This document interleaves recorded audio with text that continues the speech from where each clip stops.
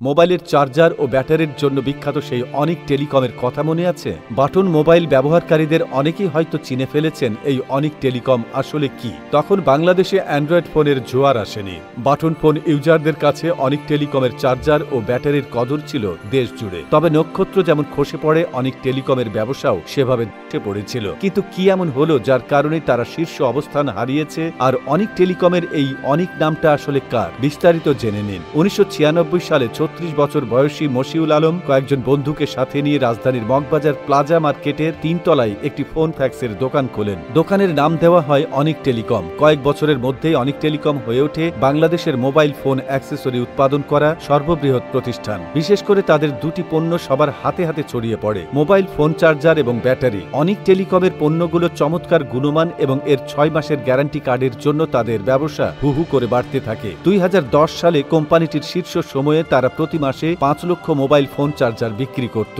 সাথে ব্যাটারিও ছিল ভালো পরিমাণে। মাসে প্রায় 2.5 কোটি টাকার পণ্য বিক্রি করত তারা। পুরো দেশের 80% মোবাইল ফোন চার্জার এবং ব্যাটারি সরবরাহ করত অনিক টেলিকম। অর্থাৎ বাজারে যদি 100টি চার্জার বিক্রি হতো, তার 80টি হতো তাদের। তবে ব্যবসা হঠাৎ করে উল্টো দিকে মোড় নেয়। 6 মাসের মেয়াদ আছে কিনা তা দেখার জন্য ডিলার এবং রিটেইলারদেরকেই বিশ্বাস করেছিলেন অনিক টেলিকমের ম্যানেজিং ডিরেক্টর মশিউল আলম। তিনি ভেবেছিলেন রিটেইলার এবং ডিলাররা ক্রেতাদের চার্জার কেনার সময় সেই তারিখটি কার্ডে লিখে রাখবেন, কিন্তু বাস্তবে তা হয়নি। প্রায় তারা কয়েক বছর ধরে ব্যবহার করা চার্জারের ওয়ারেন্টি কার্ডে নকল তারিখ লিখে সেটি পাল্টে নিতেন। এর মানে হচ্ছে যদি কেউ অনিক টেলিকম থেকে কখনো একটি চার্জার কিনেও থাকে, সে ওই তারিখবিহীন ওয়ারেন্টি কার্ডে যে কোনো তারিখ বসিয়ে আজীবন ধরে নতুন চার্জার ব্যবহার করতে পারবে। অনেক ক্রেতাই 5 মাস ব্যবহার করার পর ইচ্ছা করে চার্জারটিকে নষ্ট করে নতুন চার্জার নিয়ে নিত। যখন মশিউর নতুন পণ্য ফেরত দিতে ব্যর্থ হতো, তখন তাকে পণ্যের দামটি ফেরত দিতে হতো। এই রিপ্লেসমেন্ট গ্যারান্টির কারণেই তাকে চার্জার আর ব্যাটারির ব্যবসা থেকে